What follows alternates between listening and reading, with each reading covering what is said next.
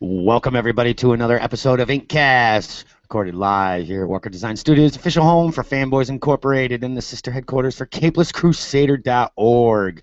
Sitting across from me is the man with the plan, Mr. Joe Nub. Hey, what's going on out there in podcast world? And sitting directly across from me is DW. Sitting via Skype is a special guest, FBI Capeless Crusader, editor, reviewer, interviewer, editor, you name it, he does everything. Mr. Mike Sains, how are you, sir? I'm doing great. Glad to be back on the show. Thanks for having me. Sure. No problem. I'm glad to have you on. We're going to be doing a segment twice a month or so with Mr. Sains. Now, am I saying your last name right? That is correct. Okay. Sains like pains. Ooh, okay. Yes. That's a whole different podcast. We'll talk about that later. That's on our S&M network. Yeah, our S&M network. We'll be doing something a little different, adding a segment here to IncCast called Indie Corner. That coincides with what Mr. Sains does over on Capeless Crusader with Independence Jones. That's correct. Nice. An interview series / artist showcase. I have one dropping at 12 o'clock Central, so 1 p.m. Eastern. Keep a lookout for that on CapelessCrusader.org. Very nice, very nice. So, big week. I haven't talked to you much. You've been working. Yeah, busy Memorial. I hope everybody had a good Memorial weekend. Yes. And, I was busy. What you been up to, pal? Days of Future Past, bitches. You saw it, I mofo. did. I didn't get a chance to see it yet. I saw it opening night at our local theater, and it was like crickets, dude. I was shocked. Nobody was there, Actually, it wasn't opening night. It was the Thursday night premiere at 10 o'clock. I had to watch it in 3D. You know, I'm not a big fan of 3D. I don't really care, but I'm like, I got to go see it. 15 people. Wow. Yeah, 15. Huh. I was really shocked. Surprisingly. Just surprised. I loved it because I get to stretch out. I don't like to be like cramped. I remember the last time. What was it? It was it when Return of the Jedi redid the when Lucas redid the special edition? Yeah, in '97. I'm like crunched in there like a sardine, and I'm like, this sucks. I mean, I think there was even people sitting in the aisles. I'm like, yeah, that's not fun. I'm never doing this again. Right. And we've noticed like when you and I went to Avengers with your sister, and that was packed. Yeah, that was packed too. I think there was no empty seats, maybe a few, but it wasn't like the Return of the Jedi. I mean, people weren't running around clamoring or whatever like that. Right. And then what was the next one we went to go see? And we were thinking about doing like an interview with the crowds of people. Oh, Man of Steel, maybe.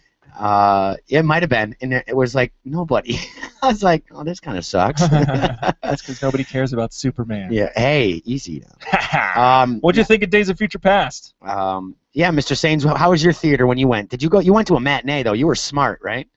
Yeah, I went during the day. I went on Sunday at 5 o'clock, and there was pretty much half the theater, but they were all teenagers, so people were cracking jokes all the way up until the movie started, and I get kind of tense in theaters when people do that, they're talking the entire way through. So it was half packed, but it was still like my annoyance levels were still going off.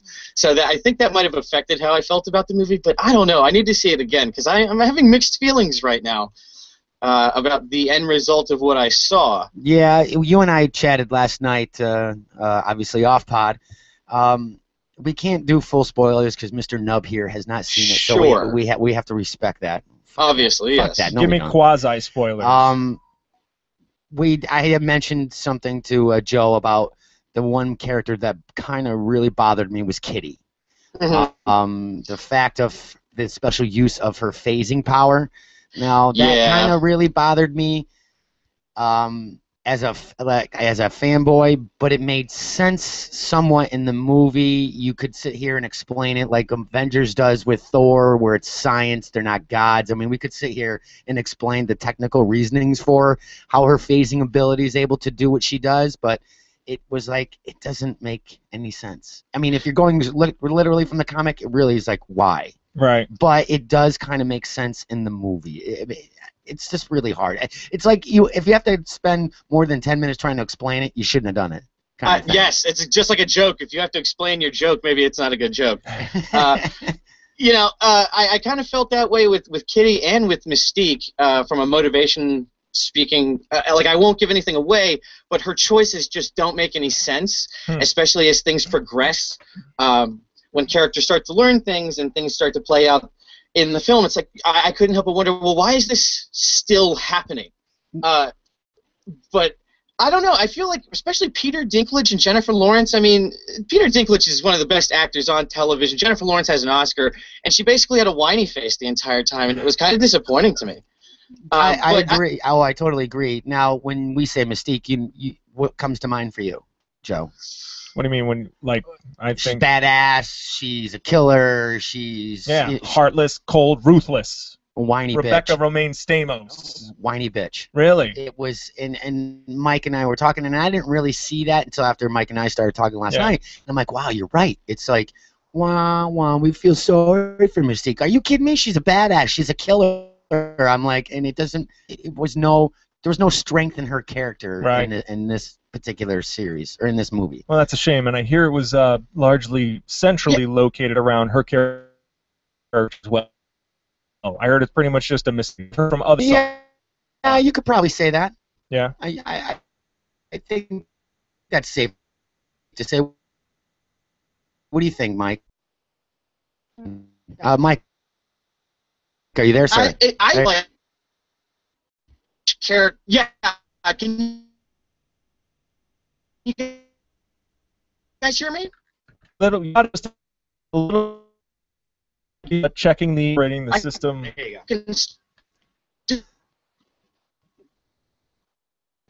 We're cutting out again. Yeah, Sange, you're cutting out. Are you guys? We're getting every fifth word. Yeah, you're getting every fifth word. What's going on here? I don't know. I can hear you guys. I don't know what's happening. Okay. Yeah, I just turned off some other internet connections. So, do you feel the same way that it was more of a Mystique Wolverine movie? Yes. I think that Wolverine has been the central character of all of the films for some reason, and then Mystique became the central plot point of the film. Just, I don't know, like her very being became like the central point of the storyline. And again, that's why I say when characters start to find out information in the story, I start to wonder, then why are we moving forward in this way? You know?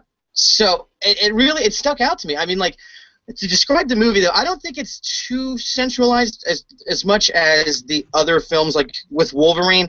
It was more segmented vignettes of mutant powers. Like the beginning was all about the future, the end's all about the future, and then in the middle you had Quicksilver, who had the best scene in the whole movie, hands down, and then he just goes away. You don't see him again. Okay. And it is so weird. He stole the movie, and you know what? Now the suit makes sense, and that's what I've been saying since day one, since we've seen the appearance. It fits perfectly. Yeah, it's The Onion or someone like that did an apology article yesterday saying, we were so mean to you because you were the worst part of the marketing, but the best part of the film. No we had kidding. It all wrong. Wow, I really look forward to seeing this now. Not the character you've ever seen in the comics. I'm going to say he's the Wally West of the X-Men. Sure, that's a great description. Yeah. Interesting. He definitely stole the show. I think it's fair to say, though, that Jennifer Lawrence, she probably got a larger part in this movie just due to her rise to stardom. I mean, is that fair to say? Yes, she gets all that critical acclaim. She wins a couple Oscars. How can you not give her more to do in the film? Right. I just wish that her choices made a little more sense. The action, hands down, is the best X-Men action we've seen on screen in any movie. Good. But there's like, and I feel like I'm not trying to come off as a fanboy. This is more from just like a pure. I had never read Days of Future Past. I had only seen the 1992 cartoon version of Days of Future Past that leads into Apocalypse. Right. So I was just like, I don't really know much about this, and I just asked myself, am I going to have fun today? And 2.5 hours in, I'm like, oh man, I have mixed feelings. So I know it wasn't like I'm just trying to tear it apart from a comic book standpoint. Right. So I tried to be as fair as I could, but I'm right there at about 6.5, leaning towards 7 if I see it again. Okay, and that seems to be almost be like a general guideline for every X-Men movie. You know what I mean? Like there's never I've seen some 9s. I guess fans. First Class would be, in my opinion, the best X-Men movie that they've made to date. Having not seen this one, of course, but yeah, Frank. I mean, like the first like couple the first X-Men movie, really, you watch it again, it didn't really age that well. That's like watching Tim Burton's Batman. Honestly, I haven't seen that since the 90s, so I can't even tell you. Now, it's funny, Mike, to hear you say that you haven't actually read Days of Future Past, the two-issue comic series, Uncanny 141 and 142, because my question was going to be to you guys, have you read it? Have you read it recently? Because from what I remember, it's been a while since I've read those issues, but Kitty Pryde was sort of the anchor, the like psychic anchor for being shunted through time. So maybe that's... She is still the anchor, but totally in a different way. Right. In a different way. That's what. Yeah, I think they even try to address how it plays out in the comic. They're like, well, why don't we use Professor X? And they're like, well, that won't work because of this. And then they use their version of it, and everyone's like, oh, okay, fine, moving on. Yeah, basically, and it's not a spoiler, they want to use Professor X, obviously, to go back, and he's like, he won't listen to me. Right. It's basically, he's not going to listen to myself, and I won't be able to go through. Right. And he couldn't be able to handle it either. It's very strong, but Wolverine's healing powers can allow him to travel back that far in time. And did we ever explain how Professor X has a body and is alive again? Because he's killed at the end of X3, but then at the post-credit scene of X3, he wakes up in the body of some other mutant that's comatose on Moira McTaggart's, That was never addressed. Not for 1 second was that addressed. Not once. So I think it's after, because X3 came out, and that was, 2005, and then we had X-Men Origins Wolverine, then we had First Class, then we had The Wolverine, and so now it's been like 8 years, and they're just like, you know what? But nobody's even wondering about it anymore. Who cares? They traveled farther back before any of that stuff happened, so it doesn't have to be addressed. Right. Yeah. It was very, the fact that he's Back still to the Future. He's alive because he wasn't killed then. They go farther back. Wolverine wasn't really Wolverine when he went back either. This is the problem with time travel movies. I have a pounding headache right now. I can't keep up with this. And that's what I was thinking too, but they traveled so far back, like they even address the fact of this happened before First Class or in the middle of First Class, because there's a reference made going, I remember you, and they're like, yeah, you told us to go fuck off. Yeah. Oh, okay. Nice.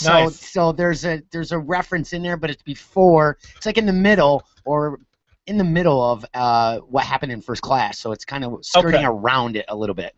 It's like weird. I'm gonna have to watch the movie, and then we'll have to readdress this. It sounds like Scott Bakula could have just quantum leaped the shit out of this whole thing and saved everybody a lot of time and trouble. It's so funny. I was thinking of Quantum Leap and Back to the Future the whole time I was watching the movie. Like, I was just waiting for the bald-headed principal to come out and like, hey, what are you kids doing? Nice. I've given it a 9 as an entertainment action flick. Yeah. And a 6.5 for an X-Men flick. I have to agree with that. Yeah, the action scenes were pretty freaking sweet without giving anything away. The future kind of steals the show. I wish there was more future. There wasn't. And I said this to Joe the other night when we were chatting at the bar, was the fact I'd like to see this as a Hobbit. Let's get this into a trilogy or make it a real back-to-back movie like they did in The Hobbit and Lord of the Rings, where they're filming 3. You could fill 2 movies with this. I want to see more of the past, see more of the dynamic, and I want to see more of the character development in the future. I wanted to see more. I mean, this might be sadistic, but I want to see more of the mutants killed. I want to know how they got killed. I want to see the Beast, fighting, Cyclops fighting, all these interactions, and seeing the actual growth of how the Nimrod-style advanced Sentinels were developed. I wanted to see more of that character and more of that background part of the movie. We didn't get a lot. It was like, okay, you got a little future in the beginning, you got the past, you got a little future, you got a little past. There needed to be more. Was there a lot of... All right, you're saying you wanted to see more mutant deaths in the future. Well, I wanted more development. Did we get any mutant deaths in the future? Yes. Right, oh, yeah. We already kind of knew that anyway from the teaser and some of the pictures. Right. Well, I mean, because that was one of the great parts of the Days of Future Past comic, is that, Storm and I think, Wolverine is killed, and I mean, everybody dies. Everybody's just completely annihilated by the Sentinels, and that was just so shocking, being a young comic reader. It's like, oh my God. I love those the alternate future, the dystopic future timelines where everybody gets killed. That's why I always love what-if comics, because everybody always dies. And we got some comics, McAfee, Murphy. No, listen, we already know that no movie is ever going to match the book. That's not what we're discussing here. But there's certain things that should, that are integral to a character, be easier. The Kitty Pryde thing's a little far-fetched. Yeah. But once again, you know, if you want to explain Thor as aliens and it's science, then we could explain it somehow. The Force is actually midichlorian bugs in your bloodstream. Like I said, I enjoyed it.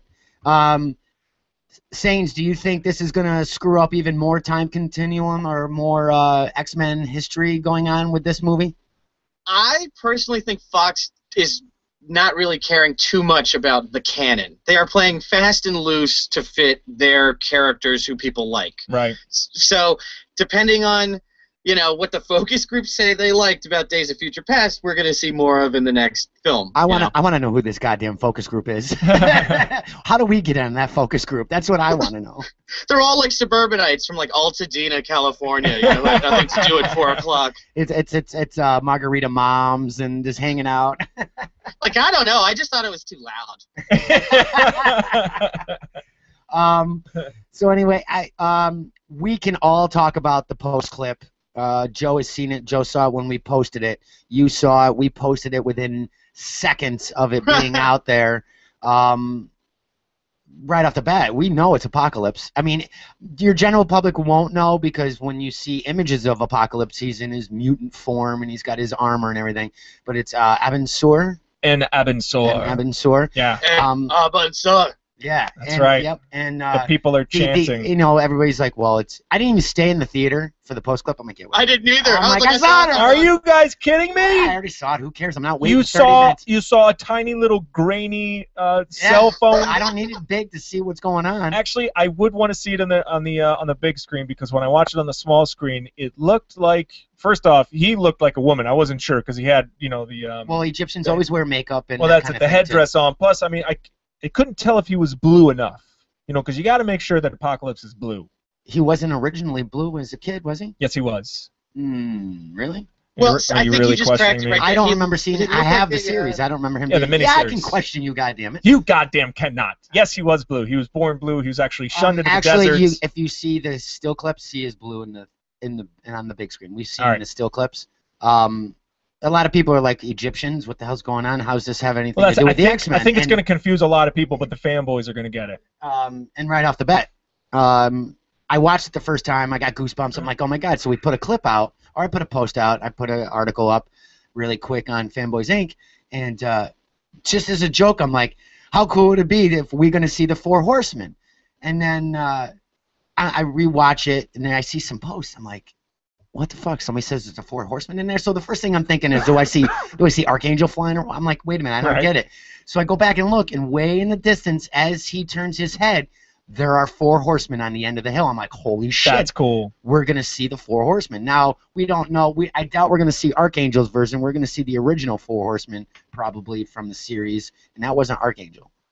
No. It was, you had War. What are the Four Horsemen? Well, the Four Horsemen, I mean, this is just from biblical times. Right, it's war, pestilence, famine, and what's the other one? Happy. Oh, Dopey. Doc is the fourth horseman. Mike, tell me, what's the goddamn fourth? Not war, pestilence, famine, disease? I think. I'm not sure. And I'm an East of West fan. People are going to tear me apart. It's all about the Four Horsemen. Yeah, right. Death, right? Death.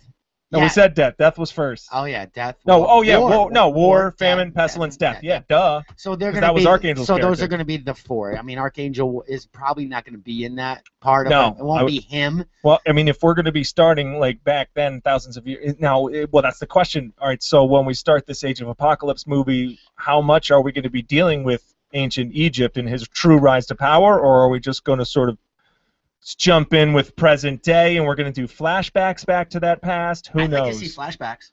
I don't want to see a whole. I mean, I don't know. I don't know because you know what? This character can have an origin story. Yeah, but you know, I would love. Yeah, I guess that's true. I have a theory. We haven't seen 5 of them already. I've seen 5 origin stories of Apocalypse. Yeah, yet, so. True. What's that, Mike? I said I have a theory about what Fox's game plan is. All right. What do you got? They're gonna. Okay, so they're gonna ignore everything that's ever come out before and just do whatever they want to. All right. So Bryan Singer has basically laid this whole thing out for you. He already told us Age of Apocalypse is going to be the next movie, so that's how you know what you're seeing. I think he looks like a woman because he is young, Right. And I think the results of Days of Future Past, they're going to go back and something happens in the changed, altered timeline where Apocalypse is able to rise to power, and they're like, we got to go back again. And Marty! You're going to get a whole recasting of the X-Men team. They said Days of Future Past is a goodbye to the original cast. Yeah, they're going to go younger this time. I heard. If they're going to go younger, you do the original Four Horsemen in Age of Apocalypse, create Archangel when you cast the original new X-Men, right? Okay. Do that. That sets up the X-Force franchise, which the CEO of Fox has already said they're going to do. You can do the Dark Angel saga from there, and set Deadpool up once he's introduced as a teammate in X-Force. Okay. That sounds like it makes sense. That's interesting. That is interesting. Yeah. Because they've already said those are the projects they're going for. X-Men, more Wolverine, X-Force, and Deadpool. Yeah. So. Yep, that actually makes a lot of sense. All right, go with it. Make that happen, Mike. All right, you heard it here first. I'm going to make it happen. I'm going to write a letter right now. Yeah, get a petition. That's right. You're like in the middle. I am writing a sternly written letter right now. All right. To whom it may concern. All right, enough X-Men talk. Well, actually, I can follow up your X-Men talk with some X-Men toy news. Ooh. We discussed, I think last week, we talked about the X-Men Marvel Legends that are going to be an exclusive to Toys R Us. It's going to be a Jubilee, Build-A-Figure, 5 figures in all. Cyclops in his Marvel Now costume, Storm in her Marvel Now costume, and all of her beautiful mohawked goodness. We have 90s classic character, Strife, the evil twin brother of Cable, Magneto, and who's the goddamn fifth guy? I don't know. I just want the Cyclops. Yeah, that's Cyclops. That Cyclops looks Magneto badass. looks badass. Wait, Cyclops, Storm, Magneto, Strife. Somebody else in there. I forget. Gloop. Oh, Dupe. Dupe's already had a figure. Dupe, yeah. Anyways, these figures, they should be coming out in June. Initially, they were going to be a Toys R Us exclusive, and they have since been revealed that they're going to be in Toys R Us and online e-tailer exclusive. So you're going to be able to get them in like Amazon, Big Bad Toy Store, all your major online toy stores. Nice. So that's good news. More toys for me to buy. Hells to I love it. Okay, enough X-Men news. That's all the X-Men news I got. John Wesley Shipp becomes Barry's dad. Let's talk a little bit about that. Henry Isn't that Allen. cool? When Flash meets a Flash, how cool is that? That the past Flash is now the current Flash's dad. I like it. I'm excited for this. We saw the teasers obviously with Arrow and showing how the effects of him running. Really enjoy it. It's definitely not like Man of Steel running. Obviously, your CGI budget isn't like that, but I think they're doing a great job with it. Looks good. I'm excited for it. I think I might even be more excited for this than the Daredevil from Netflix, even though we've heard, Marvel's shifting with all their directors and everybody's popping out. It seems like they're having a little DC effect going on with their creators as they're dropping on flies. Yeah, because Edgar Wright is out from directing Ant-Man as well. Who'd they replace him with? They just replaced him with... I forget. Mike, do you know? I don't know. The last news I saw was Joss Whedon holding up a Cornetto ice cream treat in solidarity with Edgar Wright. Oh, man. I forgot who it was, but they did, I believe, already replace him. Right. Then the director for Daredevil's gone. Correct? Yeah. Drew Goddard's out, and they replaced. Did they post who they replaced him with yet? I don't think so. I don't know. I think they did. Oh yeah, wasn't it? Wait a minute. The guy who's doing the Sinister Six. Mark Webb. Mark Webb. He took over somebody. How come I can't remember this? Because we just did the article on it. We got so many articles going out on fanboysinc.com right now. Somebody had mentioned it's not a big deal with all this moving around, especially with Daredevil, more so with Daredevil, it's not a big deal. I think it is. This seems to be not as far as the direction of the particular film that's going on, but the direction of what's happening with Marvel internally. Now, we've seen this with DC for the last couple of years, especially once they said about moving to Burbank, and everybody's either staying, leaving, they're shifting, there's bad tweets going on, social media is going up in an uproar. Now we're seeing, some of their major directors, producers dropping out, either, and the comments have been made, make it the Marvel way or don't. And I'm like, okay, I don't find that as a negative. You know what Marvel's doing, knows what they're doing. You're getting paid to make a movie for Marvel. You kind of got to listen to the guys who are giving you money to a point. I mean, I'm saying this also not knowing what is being said behind closed doors. Right. But if the Marvel way is the only way, well, it seems to work, so I don't really have a problem with that. Yeah, so Drew Goddard is leaving the Daredevil series. He says he's going to be still on as a creative consultant. Yes. But he was supposed to be the show's showrunner, executive producer, writer, director, at least of the first episode. He has been replaced by Stephen DeKnight, one of the writers for Buffy the Vampire Slayer. Ah, okay. He's going to be the showrunner instead, and he's Goddard's going to be moving on to help write and direct the Sinister Six movie. Okay, that's right. That's it. Now, Mike, how do you feel about some of these internal movings? Do you agree with me? I mean, we know that with Marvel, or DC wasn't treating their creators very well for a while. We knew Marvel at times not either, but the comment, the Marvel way or no way, you kind of have to, don't you? I mean, they're paying your bills. Well, as far as is this a good or a bad thing, it depends on the medium, okay? So I actually looked this up. Has this happened with Marvel before, but it just didn't make all the press? The answer is yes. Yes. It happened on Thor: The Dark World. Alan Taylor was a replacement director who, I'm not sure who the original person was, but they dropped out very last minute. Alan Taylor from Game of Thrones moves in, and that end result was kind of lackluster. The second Thor, not so great. Wait, what? The second Thor was awesome. I have to disagree, but I don't know. I think that's just a result of a last-minute switch. There was a couple things that I didn't like, but maybe upon repeat viewings it'll grow on me, much like the first one did. I didn't like it when I saw it in theaters, but then I saw it 2 or 3 times after. I was like, I was wrong. So maybe I'm wrong again. But for a TV show, this might not be the worst thing in the world. If you remember, The Walking Dead and Frank Darabont don't like each other. Right. There was this huge falling out in season 1. In the middle of season 2, now Greg Nicotero is running the show, and it's the best it's been, I think, since it's been on. I agree. This last season was amazing. I mean, it had a couple flop episodes, but you're always guaranteed those in any series. But I thought this season was awesome. And the one previous he was running as well. Like it got evened out 2 seasons ago. The whole Frank Darabont thing evened out after 2 to 3 seasons of squabbling. Right. And you start to realize it's not the worst thing. And since it happened early for Daredevil, before the show actually started moving, I think they're going to land on their feet just fine, especially since Drew Goddard probably knows this writer from Buffy very well, trusts him to run the show, and will remain on as a creative consultant if the guy needs help. Right.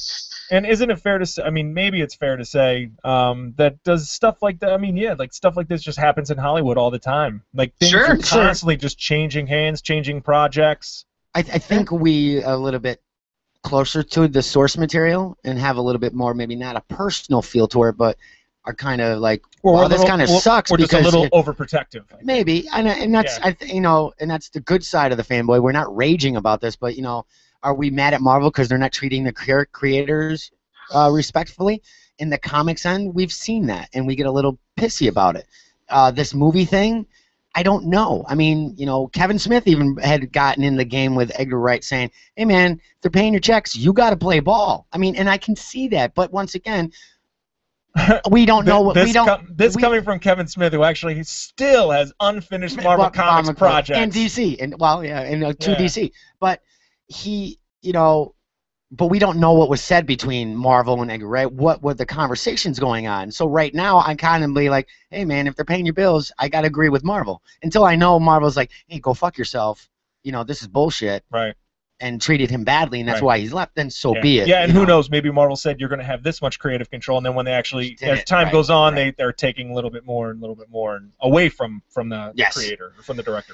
Who knows? I'm still excited for The Flash. I can't wait to see it. I think this is going to be another DC Warner Brother hit. Shield, Marvel, get on board. I know it got better. Listen, I'm just saying. Did you watch the final episode? I did. Did you actually watch it? Yeah, no. I know. You know what? I actually am like, if I don't say something on this goddamn podcast that I actually didn't have it on in the background, somebody's going to say something. Now, Mike, do you watch Agents of S.H.I.E.L.D. at all? I've watched it off and on. I haven't been a faithful viewer. I've maybe seen 3 episodes in its entirety. Okay. Were they all like the first 6 episode in the first 6 episode block there, or did you watch later episodes? Have you watched some of the recent episodes, say post Captain America 2? I actually saw the one recently where Patton Oswalt was killed. So okay, cool. Yeah, not that long ago. Right. You mean the life model decoy? That's too funny. Or is it his twin? I think it's a life model decoy. We got to go with life model decoy. I got it. It was so funny. And he said the exact same shit. That that was awesome. And I'm going to say that was funny. I liked it. Still, it was probably one of the better episodes I've seen, but I can't say that it was outstanding. I just can't. It was definitely a little bit better. Let's see what happens with season 2. Yeah, I think season 1 was a learning curve, and let's get better on season 2. Agents of S.H.I.E.L.D. We're looking forward to it. They're gonna have to step it up, because I have a feeling with the success of Arrow and how they stepped up this season, they're gonna step it up another notch. And now there's gonna be cameos. Now they got 2 series in the same universe. That's gonna be kind of cool. And I think we might see a lot of swapping of characters possibly, and that would be really cool. Right. Their own internal, like a crossover. Yeah, so I think that would be really cool. Yep.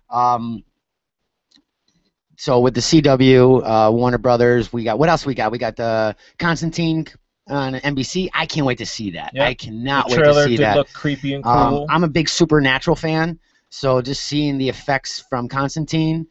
Looks, the angels look cool. The effects are top notch. I think this is going to be really cool. Yep. I'm kind of concerned it's on NBC, but it is what it is. I don't know if it'll be as gritty as we think it will be, because I think that's an AMC. That's a Fox type thing. Right. NBC, what is it? A Friday slot, I think, for 8 or 9 o'clock. So that's going to be a little. Well, NBC is trying to play catch up with AMC. Oh yeah. Oh, and they got Heroes coming back as well. So watch out. I have to give NBC credit. Hannibal, the ongoing show, is the best network show. Really? Oh, yeah? And I've heard that. I've never watched it, but I've heard that. Yeah, I haven't seen it. The season 2 you got to go back from season 1, obviously, but the season 2 finale crushed my soul like nothing else. Like, I didn't get that from Boardwalk Empire, from Game of Thrones, and I've seen The Red Wedding. I've seen all those horrible things. And, man, Hannibal, I mean, the movies don't even register with me anymore. It's all about the show. So if NBC can turn Friday nights on network TV into their Sunday, like HBO and AMC have done, they're taking some visual and content chances on that Friday night time slots. Right. Well, can't you say, Mike, Friday's kind of a weak night to put a brand new show on? Absolutely. Who's on the TV? Well, anybody who has a life is not watching TV at 9 o'clock on a Friday. It used to be the graveyard where you send a show to die and you don't even remember and it's gone 2 weeks later. But I think Grimm and Hannibal are these 2 shows that have just held fast at the 9 and 10 p.m. time slot, and they're not going anywhere. So NBC's starting to play with this idea of, well, we'll just make edgier shows and put them there, and whoever sees them sees them. Yeah, they're canceling my favorite show, too. Damn it. Revolution. Ugh. I didn't watch that. And I love that show. And you bring up a decent point with that, Mike, too. We can say, it's like pears and apples, but you look at AMC's Comic Book Man on a midnight on a Sunday, and they're generating 1 million viewers. Right. What the fuck? I mean, come on. Right. So is there a bad night? I mean, if you're focusing on this, and I would say, obviously, Grimm, Constantine, they're focusing on our target market, generally. I mean, so I guess we don't have lives on a Friday night at 9 o'clock. We're going to be home. I mean, I think there's no real bad day then. They know they're going to stay home and watch it, or they're already home and they're going to watch it. So, the old adage of, Friday night was the death slot. Maybe there is no death slot anymore, that any night is going to work if you put on good content. Yeah. You put good content. Well, there's DVR. You can watch it again on Hulu. Right. It's not just the network anymore. That's just sort of like the hub where it originates from. Right. Now, before we get into other news, Daredevil, Charlie Cox, confirmed as Daredevil. Yeah. I like it a lot. I think it's a smart idea. I love this character in Boardwalk Empire, and I forgot he was also in Stardust, too, that Neil Gaiman movie, which was he was the lead. It was okay. I really wasn't a fan of Stardust, but I loved his character in Boardwalk Empire. He was cool. He's a charming character. He can do the violence, I don't know what he looks like in the costume, but I imagine the dude looks just fine. They've obviously done screen tests and things like that. Yep. So I have faith in that because I've seen him act his freaking ass off on Boardwalk Empire. So if he can act, that's all I care about. Yep, exactly. I think he has the right look, though. And yeah, from the character on Boardwalk Empire, I think he's got the right demeanor. And so bring it on. Looking forward to it. Murph, your selection of shows suck. Let's just get that out of the way. I'm not gonna reread your tweet. Read his tweet. No, you don't do that to me. Yes, I can. We do it. He does it to me all the time. Oh, he does it on his podcast? No, he tweets me. I'm the one who has the podcast. I have the power. Boy. Jesus Christ. It's going to your head, man. Yeah. Seriously. Just depends on which one. So Charlie Cox, I think it's going to be good. Maybe a little too young, but I think it might work. I think now. I wouldn't say too young. Depends on when we're going to have it. He's got a baby face. He does have a baby face. Yeah, he could also play a womanizer because Matt Murdock has a track record of leaving women behind. Yeah. Well, he can't see him. How would he know if he left them behind? Cheap shot. I mean, that cane only reaches so far. How do you know they've gone? So, I think it'll be a good choice. I mean, right now, all the actors that we've seen in casting, everybody's in an uproar. I've given it now and be like, you know what? I'll wait until I see it. You know, just kind of like the Quicksilver costume. I'm like, I think out of our group, I was the only one going, I can see it. You're saying people are in an uproar over the casting of Charlie Cox as Daredevil? Not Charlie Cox. Yeah, Overall. Oh, I'm sure they have. I'm sure they have. They were in an uproar with, what's his name, for Lex Luthor. Right, Jesse Eisenberg. You know, at this point, I've like, you know what? If his acting chops do it, then I don't give a shit what he looks like to a point. You know, I'm like, who cares? And I saw it with the Quicksilver costume, and, you know, I was the first one to be like, hey, let's give it a benefit of the doubt. Everybody's like, oh, it looks like shit. It's crappy. It's cheesy. Look at the one they're using in Avengers. I'm like, I think it fits for him. It's retro. When you see it in the movie, you're like, shit. DW was right. I'm making up DW right shirts. But jokingly, but it fits him. Right. And I think you'll be, and when you see it, you'll be like, oh, shit. Right. You know, you'll be like, oh, okay, I get it. Cool. I get it. So, you know, everybody wait for more information, or at least wait to go see it instead of raging on and on and on about this castings. I don't think there's been. Mike, what else are we gonna do with our time? No, this is true. Well, that's their time. Mike, can you think of anything in the recent years where we were really downright disappointed with any superhero casting in, let's say, the last 5-6 years? After we've seen the movie, I can't say one. That's a hard question. I'd really have to think about it. I mean, Ryan Reynolds, Green Lantern. Wait a minute. Yes, Ryan. Well, wait a minute. Ryan Reynolds, Green Lantern, right off the bat. Yeah. Oh, great call. Yeah. Nicolas Cage in Ghost Rider. Ghost Rider. I don't count that as a superhero movie or a movie, so yes, we don't count that. Care to forget that? Never shall it be mentioned again. Yeah. The spirit of vengeance. But once again, nothing in Captain America, nothing in Batman, nothing in Avengers, nothing, you know. No Thor was fine. No Thor, and even as crappy as the Hulk movies were, I still liked both actors. I mean, I still take over what's his name? Eric Bana? Eric Bana? No, not him. Mark Ruffalo or Ed Norton? Ed Norton, I still feel is the best Hulk to date. Let me put it this way: best Bruce Banner. Yeah. But all of them were good. There's no like, oh my God, I can't see him as that way. I felt Mark was okay. Mark Ruffalo was okay. He was like too fidgety almost. He was too bulky for me. And too thick. Yeah. Like but too, other too than bulky that, of a guy. He was great. His little quips, you know, and just his mannerisms, I thought were okay. So I've yet to see like, oh my God, this is an awful casting. Why'd you do that? Right. I've yet to see that. Yeah, I don't think besides the ones that we just mentioned. Besides Green Lantern. Yeah, I can't think of yes, Green Lantern. Yes, Green Lantern. I just want to keep saying that. Well, Ryan Reynolds is Deadpool. I think I might just throw that in. Oh, okay. Oh, yeah. Yeah, but is that his fault? Yeah, but was that his fault or the direction of the movie? I mean, it wasn't his idea to sew his mouth shut. Yeah, I mean, I bet you if we redid him and actually put him in his full costume and let Ryan Reynolds go and be Ryan, you know, pretty much, I mean, just you're going to get Van Wilder as Deadpool. It might work. I'd have to go back. He said Mark with the mouth. Why sew it shut? I think that wasn't a Ryan Reynolds problem. I think that was a production problem and a script problem. I don't think that had any. I won't say that about Ryan. I could see Ryan as a Deadpool. Man, don't talk about Ryan like that, man. Since we are on media and TV, I got this message through our Facebook page from a woman. Her name is Kelly Carlton. She's a cosplayer, podcaster as well. And she's associated with this new fan-made web series that's got a Kickstarter campaign. And I watched it, and it looks pretty cool. So I messaged her back, said that we would talk about it here a little bit on IncCast and tell our fans. The Kickstarter is called Welcome to Tate's. General premise: somebody finds your favorite item, Joe, the Infinity Gauntlet, Cool. in a store, and destruction and mayhem arise after touching the Infinity Gauntlet, and characters pop out of the comic books, come to life. I got to say, you guys got to check it out. Go to the Kickstarter.com and type in Welcome to Tate's. There's 7 days left on this Kickstarter campaign. They're just shy of $1,000 making their the reward, okay. Their goal. They got some great rewards in there. Check it out. The props, the one of the rewards, the the actual Infinity Gauntlet. I don't know if you're listening, Kelly, which I know you are.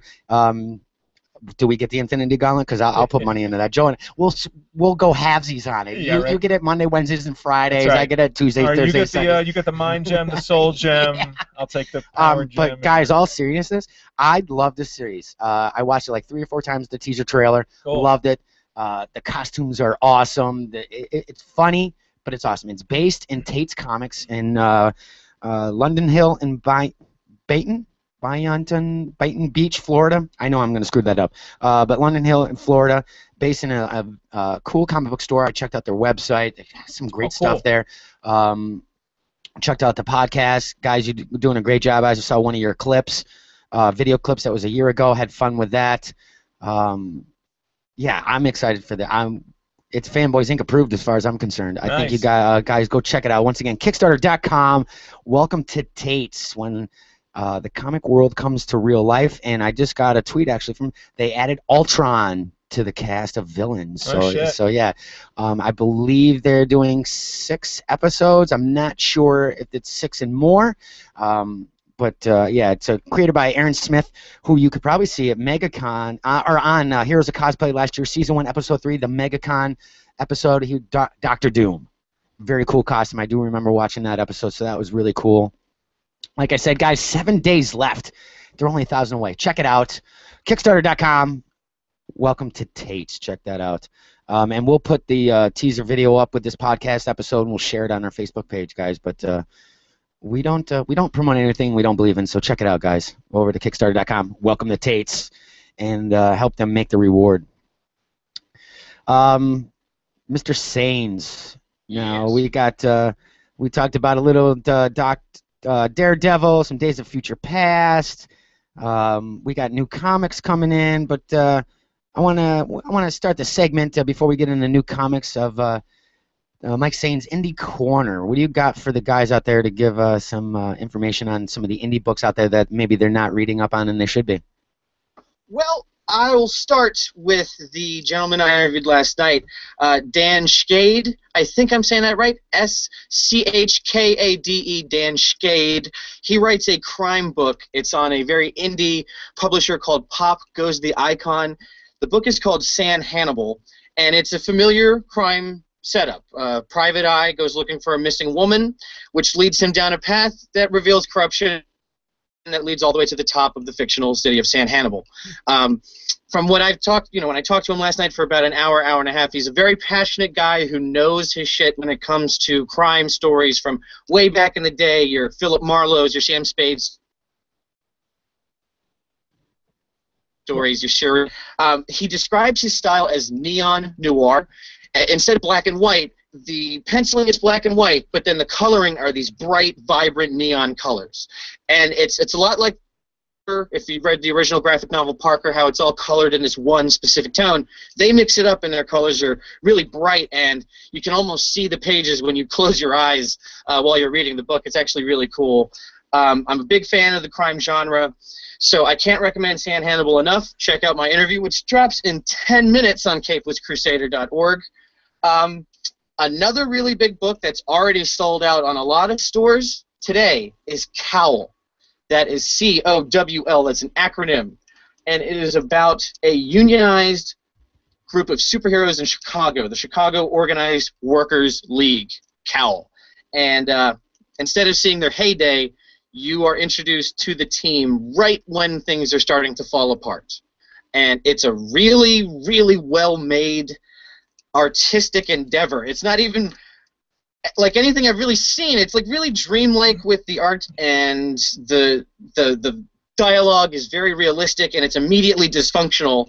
And it reminds me a lot of Watchmen, which is a hugely unfair comparison. I hope Cal is really good, but you know that sets a really unfair standard. But I just couldn't help but be reminded of it with the dysfunctional group of old-school superheroes, and there's like the one founding member.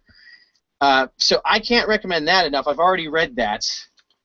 Yeah, recommend something that nobody can buy right now. Well, I'm just kidding. Northern Virginia, Laughing Ogre Comics in Fairfax, and the Lansdowne location has it. If you're listening in the D.C. area, check out Laughing Ogre Comics. They're my buddies. Southern Bastards is out again today. I was on your show last month, and I recommended that, so I won't spend much time on it. No, do it again. Do it again. Because I know that's been a big title. Oop, just dropped all my comics. Okay, Southern Bastards by Jason Aaron of the book Scalped and Wolverine and the X-Men on Marvel Comics. Teams up with artist Jason Latour to tell a 100% authentic Southern story about a guy who's just trying to go home, pack his father's house up, and get the hell out of his hometown. And he's brought back and embroiled in this small Southern Gothic crime story. And we're only 2 issues in, but it has like these weirdly supernatural elements of like his old man's ghost looming over him while he's trying to just get the hell out of town, but his old man won't let him, and it's like this really like dark father-son relationship interspersed with like straight up redneck criminals making meth and stuff, and it's really, really freaking good. I cannot recommend it enough. Cool. We gonna see Heisenberg in that? Oh my gosh. You can actually, if you read the book, there's at least one guy that looks like that, bald with a goatee. Nice. But the one that I'm going to recommend the most today is a book that does not get talked about enough. If you've ever read anything by Ed Brisson, he does a lot of stuff with Image as far as writing, and he's a letterer at Image like for, I think, 5 or 6 different projects right now. He writes a book called Sheltered, and they are on their 9th issue. And this is one of those books where it's really worth sticking around because it really is hitting its full stride in the 9th issue, and it's starting to look a lot like The Walking Dead. The whole setup is it's a pre-apocalyptic tale, and it's all based in the first issue in this weird like preppers camp, like, you know, these guys that think the end of the world is coming. So they have like a whole colony of people out in the middle of nowhere, and they have their kids who have lived there their whole lives. And then shit goes terribly wrong. Ding, ding, ding, ding, ding, ding, ding. Their kids murder all the parents, and everybody is, it's nothing but a bunch of kids in this, like, horrific Lord of the Flies scenario. I was just going to say Lord of the Flies. But with guns and supplies to last you a lifetime. But it's is it still pre-apocalypse, or shit hit the fan and then the kids lost it and then they killed all their parents? Or is like... No, it starts right off the break. All the adults die. That's the whole premise. It's like these kids, and they have this whole setup all to themselves. And for a few issues, you're like, is this really a pre-apocalyptic tale? I don't really see an end-of-the-world scenario coming. Yeah. And issue 9 sets shit off. I can't give away too much, but it's all coming apart now, and the big story's finally starting to reveal itself. And what's the name of this book again? It's called Sheltered, a pre-apocalypse tale by Ed Brisson and Johnny Christmas. Johnny Christmas? That's right. Is that his real legit name? I looked him up. It's his name. Well, I want to see his birth certificate. Yeah, I can't recommend it enough. It's one of those books that's on the bubble all the time, but there's enough people buying it each week that it comes out every month. So I'd like to see it get a secure spot at the Image publishing house. But, you know, if it dies, you know, for every successful book, there's one that goes away. So sure, of course, that's just the business. Yeah, of course. Speaking of that, are you done with the indie corner, sir? I think that wraps it up. Okay. The last thing, this isn't exactly indie, but it is, you know, it's Vertigo. Okay. If you are buying a book today, spend the extra money to get the second printing special edition Sandman Overture #2. Okay. This cover is so beautiful. It's like I've never really seen a cover like this in comics. I have a feeling this is an original painting that got turned into a comic cover, and I didn't even know it was out today. I just saw it and I was like, oh, I have to own this right now. Nice. $5, I don't care. Nice. Post that up on your page so we can take a look at that. I'd like to see that. Will do. Getting back to comics stopping or being canceled. what about we just see rumors that possibly Marvel's going to do a reboot. Oh, Yep. And we did an article. There were 2 articles by 2 different of the staff writers. One, 5 reasons why, and 5 reasons why not. On one of the articles threads, I believe it's 5 reasons why, I got in a conversation with one of our good friends, Greg Anderson, and we got into this discussion as far as doing the reboot. Is it worth it? Is it? Could this be considered the second reboot since we did Marvel Now? Mm-hmm. And there's this fine line between.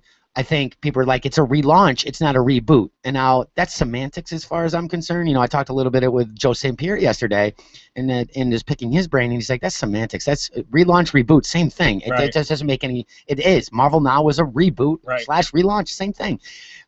Is this going to confuse readers? And it wasn't successful, I feel, with the Marvel Now in the beginning to get new readers. I feel. DC, and the way I had this conversation was, I felt DC doing their reboot now about 3 years ago with the entire universe was more successful for the culture as a whole than these Marvel Now reboots and now this other reboot. Now, the rebuttal was, well, look at they canceled 47 titles out of their new 52, and like Mike just said, they're putting out another title to replace it or whatever. I couldn't figure out. I'm like, now that makes sense.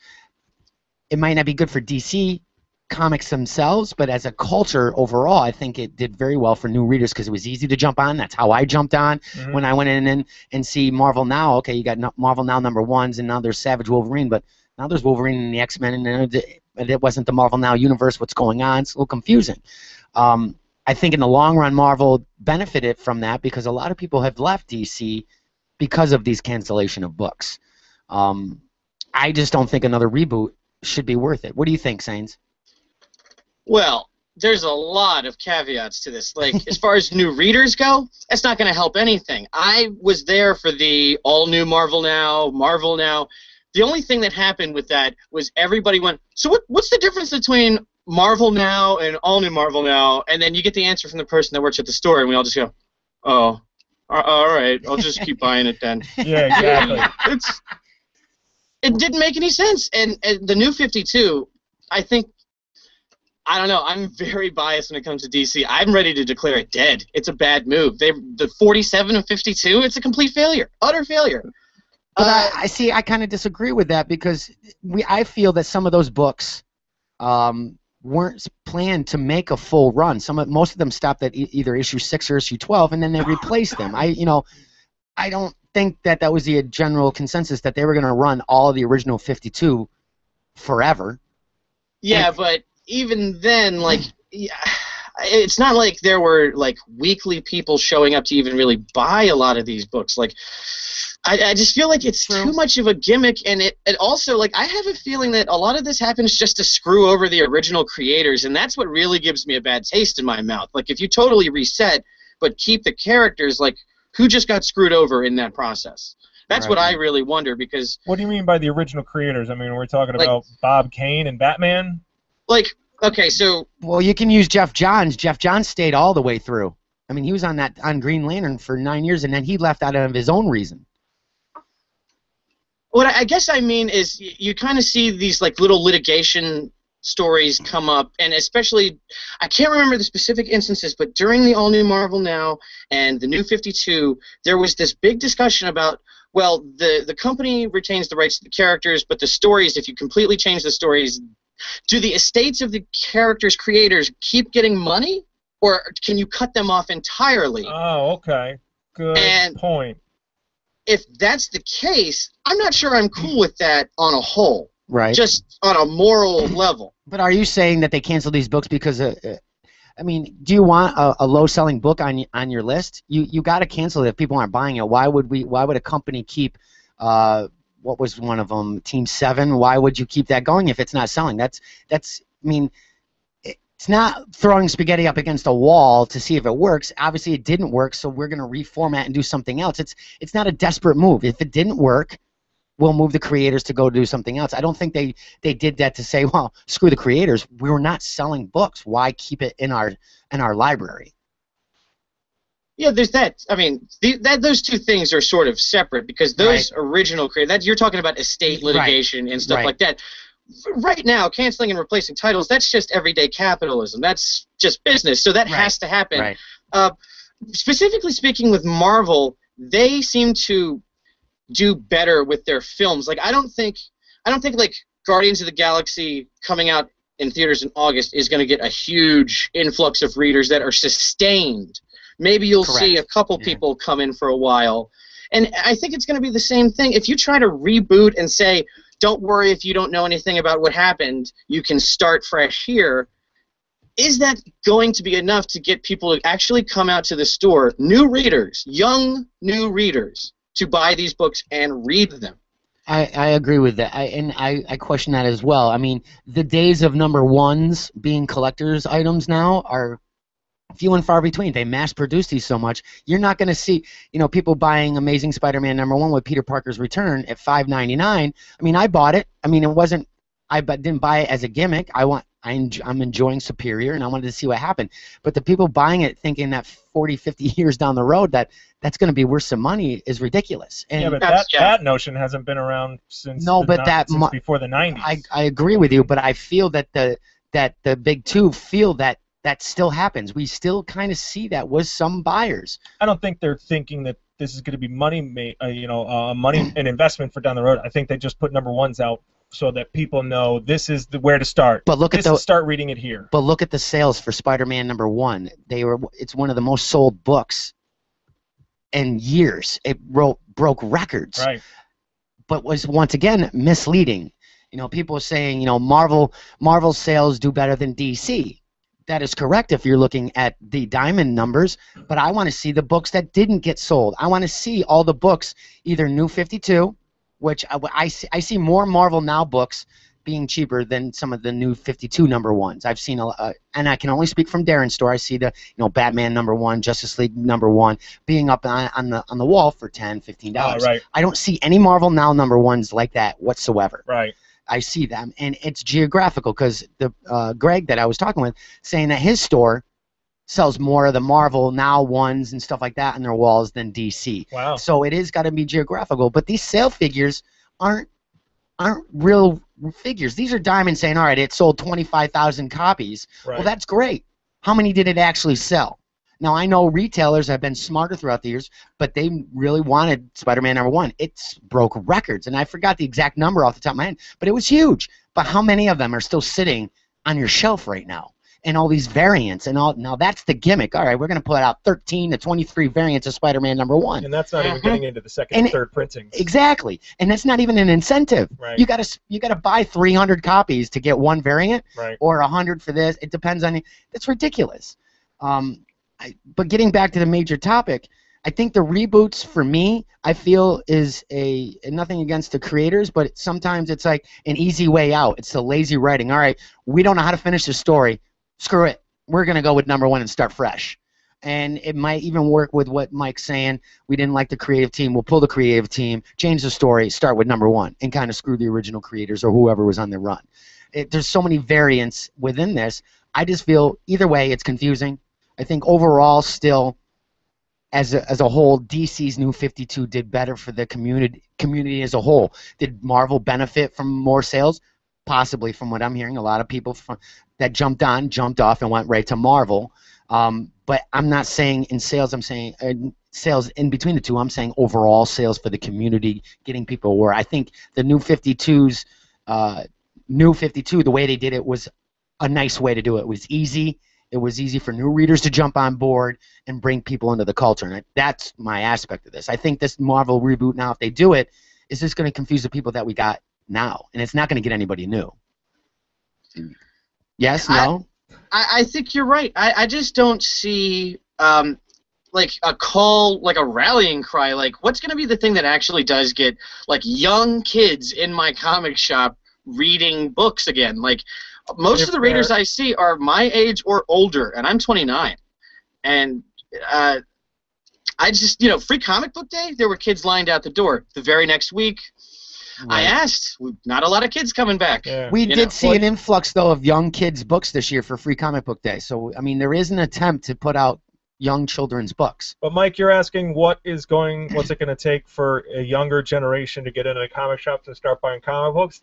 For their cell phones to all die and for their video games to be unplugged. I mean, honestly, it's a generational thing, I feel. Okay. I think a digital push might not be the worst thing in the world for this, especially for Marvel to reach kids. They're all on their tablets all the time. I mean, I know a 4-year-old that has a tablet, Right, right. Yeah, but honestly, what are they doing when they're on their tablets? They're playing Minecraft. They're playing video games on their tablets. They're not, it's gonna take holographic technology for the comic panel to spring up out of your phone for you to be able to read it or for it to interact, pretty much for it to play out like a goddamn cartoon show. I think that's what it'll take for them to... it's funny you said cartoon show because I think a happy medium between those two would be to have a Lego Marvel comic book. Those games do so well. Yeah. Kids love that series. Yeah. And I could see kids buying into Lego Marvel comic books. I mean, aren't they doing variant covers with Lego soon? Yeah, no. I think they... Wait, are they doing it soon? Or they already did it? Wasn't it last fall? Oh yeah, I think you're right. Yeah. Anyways, I guess at that point, then why stop at Marvel? Because I mean, Lego has the DC license as well. They have Star Wars, so that we could Dark Horse if they get this done in the next month. That'd be amazing. Yeah, that would be their death cry. Lego Star Wars miniseries. Yeah, we could do DC Lego, Marvel Lego. I wonder if that would be possible. I don't know. Yeah, it's just I'd like to see that, and that's really a lot of my focus when I do interviews. Like I just 2 weeks ago interviewed a guy who writes an all-ages book, and it's very much for young kids. Like it looks like the Powerpuff Girls, but right. it's like kind of like heavy topics, and his whole idea is like I think kids can handle the heavy stuff as long as it's presented in an understandable way. Right. I mean, even in Finding Nemo and Bambi, it's all about death. I mean, everybody's like. Always Father apocalypse. Or mother dies. Yeah, that's true. Very true. Mr. Josh Epstein, my co-host for Infinite Crossover, just tweeted, said it's the CI or S. What do I want to say? It's the CSI and the NCIS formula. Networks publishers make what people will consume. The major difference is trade waiters, and that makes sense. That does make sense. And you don't want it just goes back to where you don't want a dead book, and you got to change it. And just like Mike said, that's just corporate business right there. Right. Things change all the time. I just don't think I want to know the reasoning for the reboot. If this is going to happen, if this is true, I'd like to know what their reasoning is for this. Marvel now isn't even a full 2 years, correct? I don't even. Yeah. Is it full 2 years now? No pun intended. Now. Now I'm confused. When did goddamn Marvel Now start? Was that post Age of Ultron? So that was what, 2012? I think Age of Ultron was all new Marvel Now. Yes. I've got such. This is like the time it's travel. AVX. It's like the time travel we talked about. Marvel Now was like an AVX.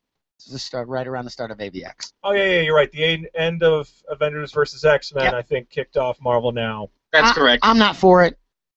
We'll see. I mean, does that mean I'll stop buying? I don't know. I mean, well, you know me. I've already started to dwindle off mine, and I've started dwindling off mine more Marvel than DC. And I'm biased when it comes to DC. I mean, right. It was easier for me to get on board, and I'm enjoying the stories. Although I will say, one book I'm looking forward to today is the Thanos Annual by creator Jim Starlin and yes, classic that's cosmic artist Ron Lim. I loved his stuff in the '90s. Very much looking forward to that today.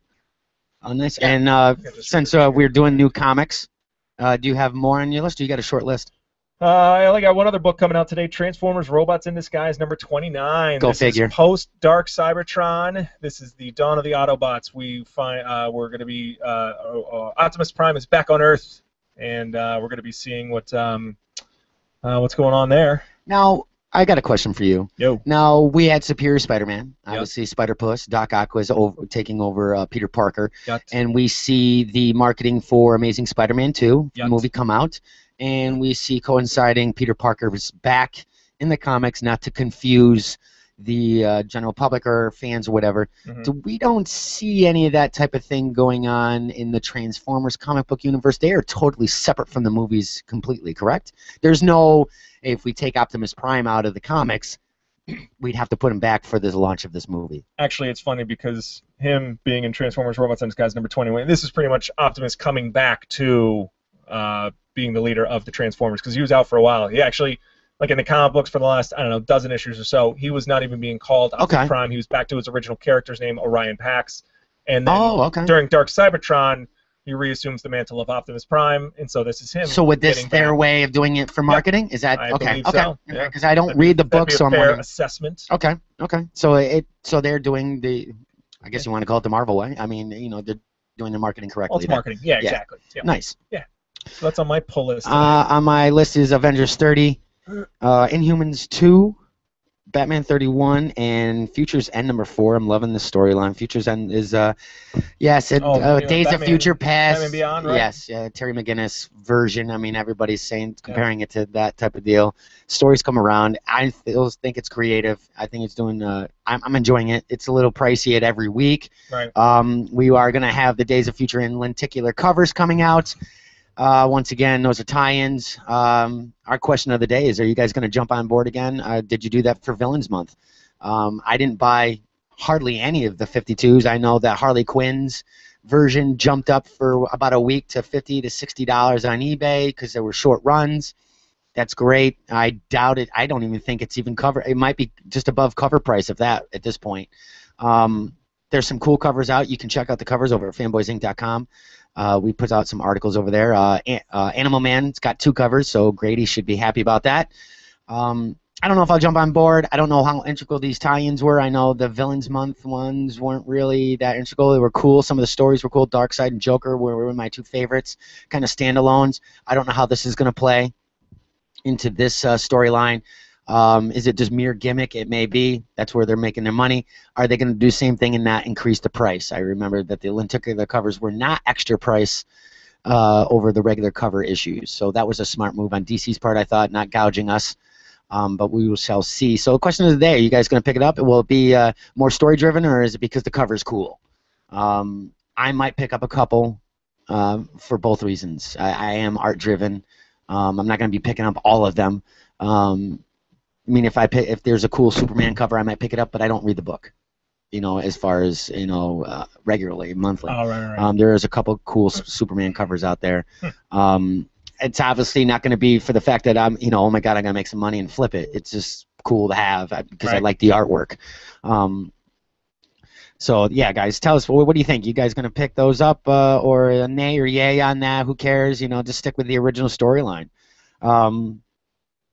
And cowl #1, if I can find anybody who's got it, first print. Did you call John? I did not. I will call John. Darren at the Comic Depot did not have it. Just inside Saratoga Springs, 514 Broadway to meet all your fanboy needs. Oh, wow, that was pretty cheesy. But anyway, classic, yes. Classic IncCast cheesiness. But like Mike said, Kyle Higgins, Alex Siegel, check it out. I think this is going to be a cool book. Josh Epstein, if you're listening, I'm going to break down and probably buy this digital at least to read it today. So there is a reason for digital. That's my only reason. If I can't get it in hard copy first, there you go. But hey, it works and it makes a sale. So there you go. Now, Mike, are you doing any mainstream? I know you are. You doing the column over there, Independence Jones for CapelessCrusader.org. Do you read any mainstream? And if it is mainstream, is it capes and cowls, or are you going in? Because I consider like the Wake, Vertigo, but it's indie, but I still kind of consider that kind of mainstream, I guess. Sure, yeah, it's a derivative of DC, so why not? I mean, and plus their cover prices aren't exactly indie prices either. It's $4.99, $3.99. I mean, right. It's regular prices as far as I'm concerned. I read the X books on Marvel. I will read Animal Man if the writer, is doing something good. I find that to be pretty interesting. I like Swamp Thing, and he's fighting Aquaman this week, so that should be kind of interesting. But I don't really seek him out. But as far as superheroes, I mean, Hawkeye with no powers, She-Hulk, pretty much a hipster book, and then all new X-Men, Uncanny X-Men, and the new Hulk, which is changing writers in August, I think, to Jerry Dugan, who writes Deadpool. Yes, that was Wade, correct? Yeah, Mark Waid is finishing his run this summer. Sad to see him go because he's such a fantastic writer on both Daredevil and Hulk. I actually read Daredevil, but I collect the hardcover trades, so I have to wait and hear how awesome it is and then collect it months later. Before we get into our picks of the week and wrap this up, really quick, why is She-Hulk a hipster book? It's just tonally very similar to what they're doing with Hawkeye, and I feel like they're trying to like cool her up. Damn it, you're going to get Tom on board, and Tom's going to give us fanboy rage on saying Hawkeye's hipster. Why did you do that? No, Sorry. No. But it is like the cool kids book. I mean, it really is. It's like, nobody in the print for Marvel is doing anything quite like those two books right now, and I think that's really interesting. I mean, it's the closest thing to like Marvel Knights that regular Marvel has right now. Mike, are you reading Superior Foes of Spider-Man at all? No. I read Marvel Knights Spider-Man by Matt Kent a couple months ago.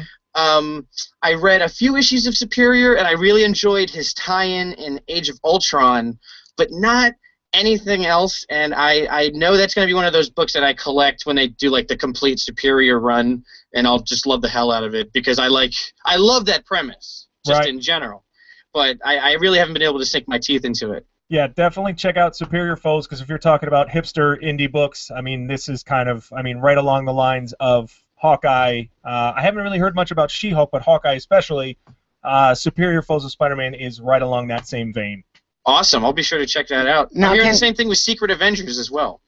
Oh, nice. Okay. Now, why is it that when somebody says, and I don't really care either way, but I wanted to get the opinion because I know some people have a problem with it. Why are people taking a negative feeling towards saying a book is hipster?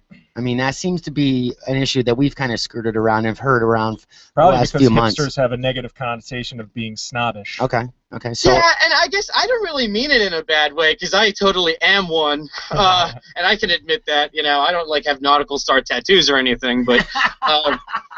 You know what I mean? But I totally listen to hipster music and I read hipster comic books. But can it be? Are we saying it in a negative? I mean, is it when you say that it's automatically negative context? When I know that you're. Says it, it's cool. But yeah, when we say it, yeah. No, I don't say that. But what I'm saying is, overall, then it's considered a negative comment, just like fanboy rage or the word fanboy that we're trying to change, obviously.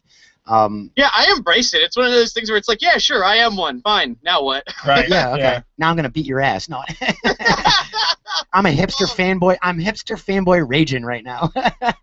Jesus Christ. It's a weird combo. I don't know if that. I'd like to maybe make that change as well. See that it's not hipster is not a negative context. I just think it really means like they're doing something different without sounding way too stuck up. The word that used to describe that is like avant-garde.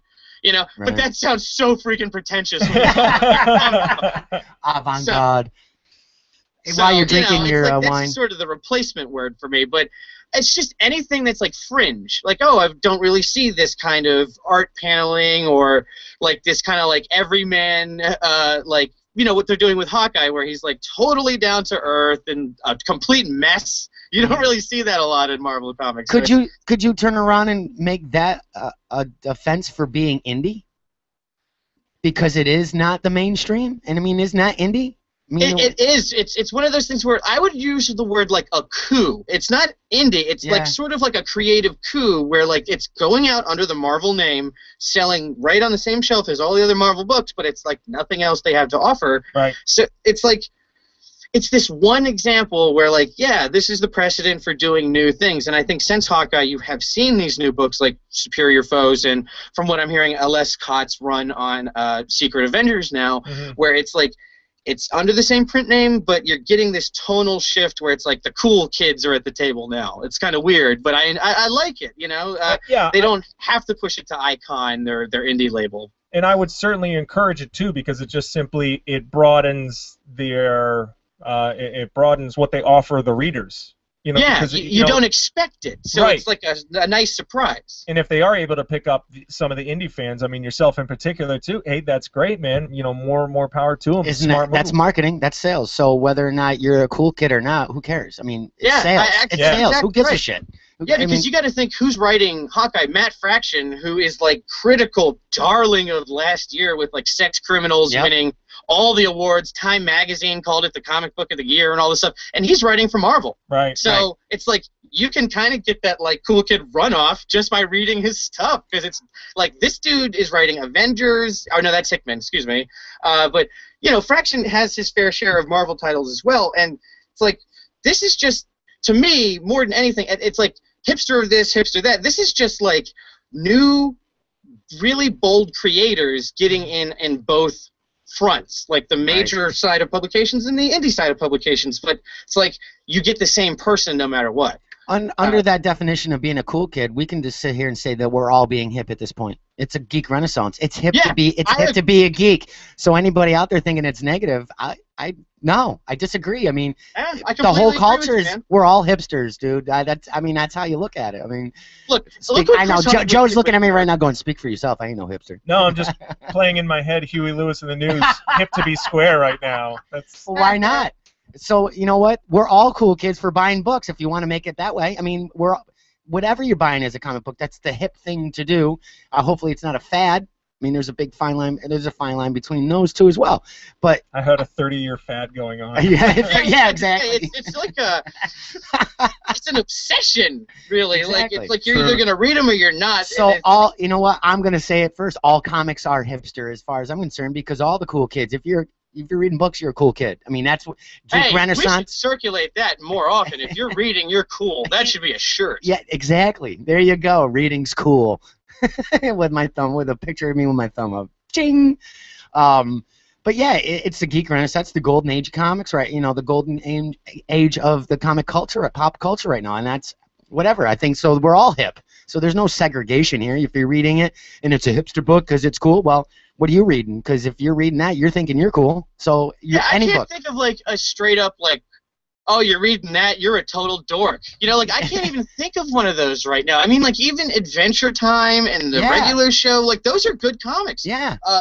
Tom Obarski, if you're listening, I'm going out on a limb for you right now. My Little Pony, Friendship is Magic, is actually an interesting read. That's the second time I've actually heard that.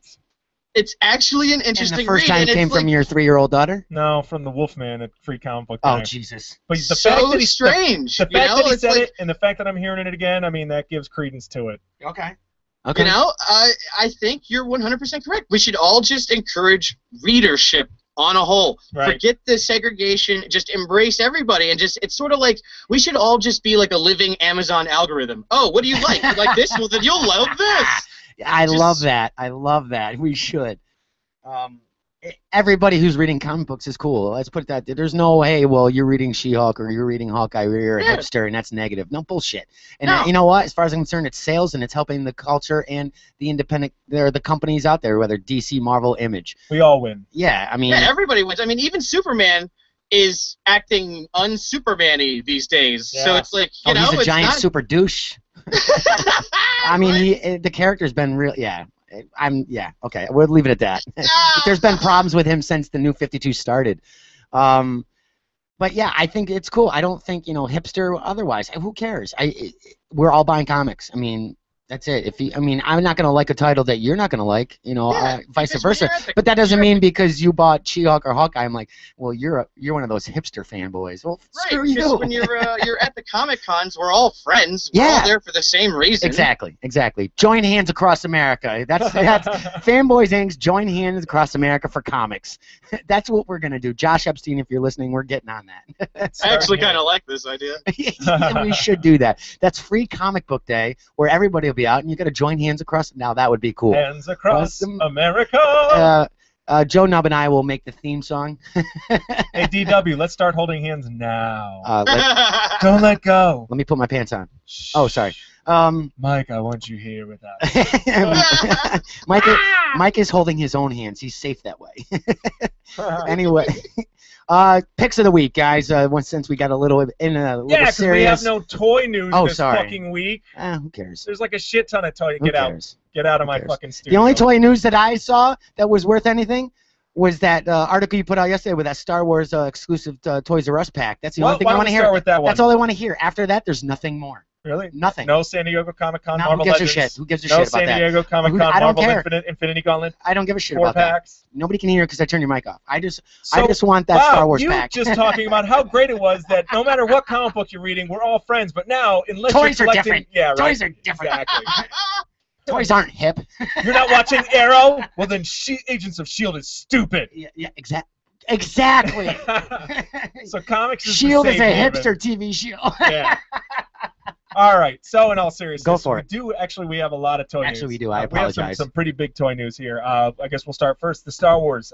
There is a Toys R Us exclusive that Yoda's News and RebelScum.com leaked this one first. Star Wars Battle on Endor, huge multi-pack box set coming out. Toys R Us exclusive. The most figures ever seen in a pack? No, I'd have to think late. about that one. Of late. Yeah, definitely recently, as far as my recent memory goes. So it's going to be an 8-pack of figures, plus one of the Chicken Walkers, the ATST, the All-Terrain Scout Trooper. It's a Star Wars orgy. It looks awesome. You're going to get 4 Rebels, 4 Imperials. I think, is that it? 3 and 3, 3 and 5, something like that. It looks awesome. You're going to get Han Solo, Princess Leia, Chewbacca, a couple of Ewoks, a Stormtrooper, an Imperial officer, and an ATST driver. Big box set. I mean, this thing just is going to look so gorgeous displayed on your shelf. I mean, it's an instant play set, instant fun, instant awesomeness. We have G.I. Joe 50th anniversary package photos. Those are going to be Toys R Us and online e-tailer exclusives. And we've discussed this before. G.I. Joe 50th anniversary, they really don't have, besides like the 3 3/4-inch figures coming out, there's not really a big, strong presence of G.I. Joe this year. There's no movie coming out. There are going to be a couple Very of 2-packs. packs, for 50 years. a couple 2-packs, a couple of 3-packs, and a couple of vehicle packs, like 2 vehicles and 2 figures in a big box set. So that's for G.I. Joe. The package photos do look nice. Don't get me wrong. The packaging is looking nice. We'll see how they look, or we'll see how well they sell. So that's G.I. Joe news. And also on the downside, Hasbro executive Don Levine passed away at the age of 86 years old, died to cancer in Rhode Island last week, and he is one sort of one of the major creators of the G.I. Joe original 12-inch. He was the creator, wasn't he? I think, or he was definitely. I mean, he was. I thought he was the man who got it started. Like pretty much the father of G.I. Joe. So he passed away. So our thoughts and prayers are with him and his family. And thank you for G.I. Joe. San Diego Comic-Con, Hasbro Marvel team up to reveal Marvel Legends 5-pack. This thing looks fucking awesome. I'm soaking wet in my chair over this thing. I gotta go. It's going to be in a Galactus engine packaging, and these characters are coming from the Annihilation storyline, I believe, or the Thanos Imperative storyline. Gladiator, 6 inches tall. I like that figure. Star-Lord, Medusa, Black Bolt, and Blastar.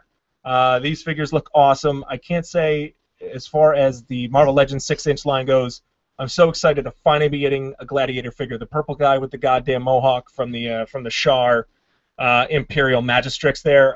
So happy to finally be getting that character. Star-Lord, we've seen the digital sculpt of him for several years now. And Hasbro is always telling us, we're going to get this figure out, we're going to get the figure out, and so finally we're getting the figure out, and that's great to see it. So really looking forward to this 5-pack. It's going to have a $99.99 price point. And that's an exclusive? Exclusive to San Diego Comic-Con, and then you'll also see him. You'll also see it available on HasbroToyShop.com in limited numbers. Jarvis, if you're listening, wink, wink. Hello, buddy. We need two. We need 2 of those, please. Thank you. San Diego Comic-Con, Marvel Infinite 3 3/4-inch Infinity Gauntlet 4-pack. We threw up an article a couple weeks ago about 2 figures. We saw Nebula and Star Fox. Mm-hmm. We didn't have any information on them, but we saw the prototypes of the figures, so now we get the confirmation. Nebula, Star Fox, Thanos, and Lady Death with an interchangeable head and hand, so she's going to be able to be in her Death persona or in her Lady persona. And so this is going to be a great-looking little 4-pack, plus you're going to be getting a wearable foam Infinity Gauntlet. Think Hulk hands. And think washing dishes. I mean, we're going to get to wear an Infinity Gauntlet. How cool is that? That's like the coolest thing in the world. So very excited about this. Do you hear the lack of the crowd going in the background? I am so excited to be able to have an Infinity. When I get my Infinity Gauntlet, I'm going to make an Infinity Gauntlet with it. I'm going to punch you square in the jaw with it. It's foam. What's it going to do? Oh, you make a big foam finger? We should do a foam finger. Yeah. That's a great idea.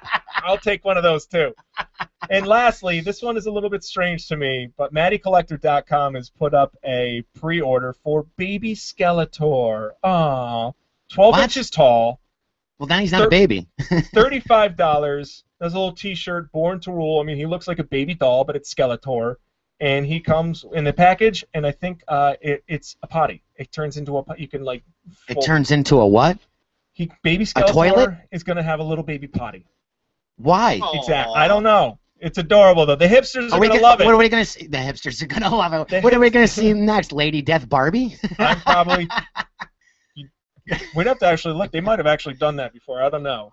I doubt they did a Lady Death Barbie doll. Man, they made a lot of Barbies for DC shit. So who freaking knows? But the fact that Baby Skeletor is even coming out, man, is there no toy that we won't Matty make? Collector? MattyCollector.com. I know that's one toy I won't buy. That's something else, though. Something to behold. Who knows? For the hipsters. So that's toy news in a minute.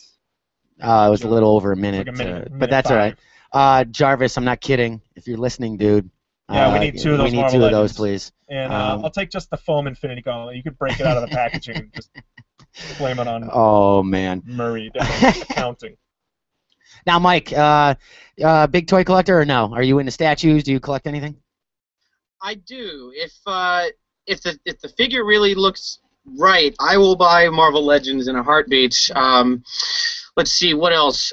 I really enjoy like obscure toys. Like when Breaking Bad went off the air, I went and got the Heisenberg action figures. Yep. Oh, nice.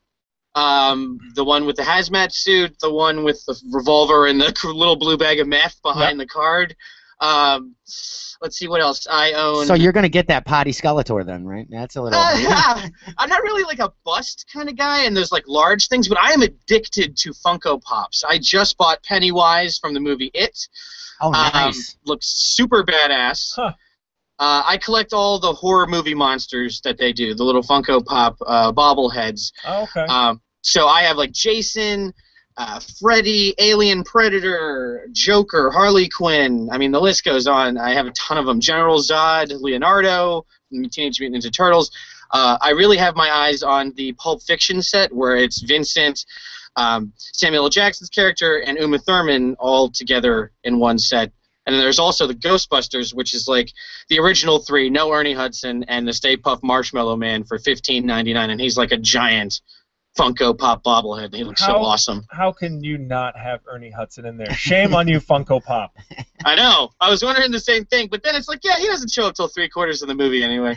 He was right there fighting the Stay Puft with him. He's the only one going to cons right now, too. He's the one. He's the one at the end of all of it. Everybody is covered in shit, and he's like, I love this town. Ernie Hudson, consistently underrated actor. Oh, for real. I agree. Now, have you seen the new Ghostbusters Lego set? I have. It doesn't come with the house, though. One is like enough to get me to want the damn set on its own. But does it come with the house, or it doesn't come with the fire station, does it? Doesn't come with the fire station. No. Well, that's crap. Yeah, that's ridiculous. You're charging us $30 for this great Ecto one and 4 figures, and you don't include it. I didn't say include it. Put it in another set. I want the fire station. Well, I think up next, the fan that actually created this Ecto one and the characters and had it actually greenlit, because everybody voted on it. I think he has a Stay Puft Marshmallow Man that is up for vote right now. Oh, cool. Ooh. Yeah, so I don't know. Google it, type in Lego Stay Puft, and see where that brings you, and you can actually vote. Stay Puft. Is that the new hip thing to say? Stay Puft? No, it's the Stay Puft Marshmallow Man. I get it. Stay Puft, bro. Yeah, right. Jesus. Picks of the week? My pick this week? Yeah. What's Mike's pick this week? Let's see. My top pick is going to be a comic book, and I think it was my top pick when I was here last time. Mind Management, number 22 by Matt Kent. This book is my favorite comic book, and I have a lot of top picks. More so than Saga, which all the indie kids love. More so than Fatale or Chew or anything like that. This is such a good book, and this 22nd issue, they're only doing 36, so we're on the crest of the end, I guess you could say. We're looking at the top of the hill, coming at the end. And I just can't recommend it enough, man. It's two warring factions of a defunct government agency of psychics and telepaths and people with extreme physical abilities. And this woman is caught in the middle of it, and it turns out she's like the Neo of this whole group, and from the one. And it is so freaking fascinating. And Ridley Scott's production team is going to make it into a movie in the next couple of years. They're writing the script right now currently, and I cannot wait because this book got 2 10s, one last month and one this month from 2 separate reviewers on Capeless, and it really is that good. Nice, very nice, awesome pick. Your pick, sir? My pick is going to be puffy stickers from the 1980s. If you were a kid in the 70s or 80s, you know what puffy stickers are. And if you don't, oh boy, then you missed out. So puffy stickers. I recently got some Transformers Generation 1 puffy stickers in the mail yesterday. How much you pay for those? Not that much. I was able to relive all my nostalgic goodness in my childhood. It was amazing. And I had to keep smacking my daughter's hand away, like, stop touching them. Stop it. Leave them in the package. Oh, so how could you relive any of your childhood memories? Because I'm looking at them. That's I'm looking at them right through the package. Yeah. I don't need to put them in my binder. Grow up. Oh, grow up. Oh, excuse me. So puffy stickers. So you bought, and just in general, you made a hip purchase? Those great old nostalgic little bits from your childhood that when you see it, when you think about it, it just brings back warm memories to your heart. Mm-hmm. I bet you Bryan Singer thinks that. Oh, whoops. Was that too soon? Sorry. Oh, no. Too tsunami. My pick, actually, I'm going back into the 90s. If you saw yesterday's DYK, it's a 4-issue series put out by Dark Horse, RoboCop vs. Terminator by Frank Miller, art by Walt Simonson. Awesome storyline. And from the reactions and the likes and shares I got on this DYK, a lot of people did not know about this series. Mm-hmm. It's an older series, but once again, the art, you got Walt Simonson. You can't go wrong there. You got Frank Miller writing this book. Put out by Dark Horse, 4-issue limited series. And it was funny because Frank wrote the premise of this book based on details that were cut out of RoboCop 2 and 3 that focused on Alex Murphy's brain and how it was affected and what it can do and what it can't do. And the general premise is, without ruining it, is that Alex Murphy is able to, in the past, hide his brain waves or his essence within Skynet. And then in the future, is able to rebuild his body. Whoa. And then he helps the humans defeat the Terminators. That's cool. There's more to it than that. There's some the covers are amazing. The one inside image is RoboCop, one arm missing, holding up the Terminator's head. It's just one of those iconic pieces that when you see it, you'll never forget. It's an awesome piece. That's pretty cool. So check that out, guys. I don't know if you can get it on Comixology. I doubt it's in the dollar bin per se, but I'm sure it's inexpensive.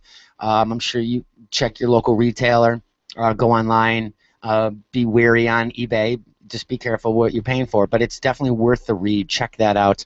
Once again, it's the 4-issue series by Frank Miller, Walt Simonson, RoboCop vs. Terminator, 1992. It was right. I love those crossovers, those types of cross-company promotions, and I thought it was really cool. And it's one of the better done ones. Yeah, with such a freaking creative team behind it, it's amazing. It was awesome. So check that out.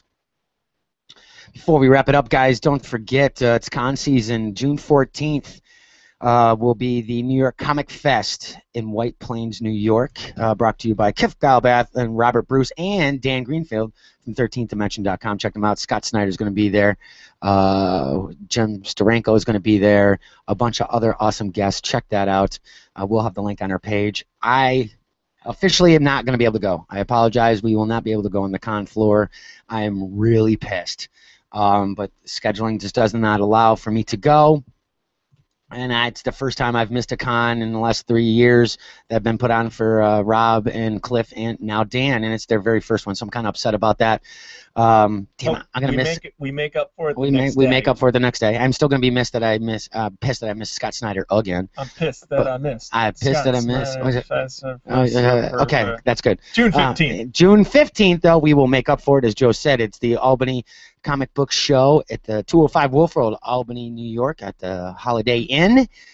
Awesome guest list. We got Joey Esposito, Mr. Ron Mars, Richard Clark, Mark McKenna, John Hebert, Joe Sinnott, Todd DeZago, and us.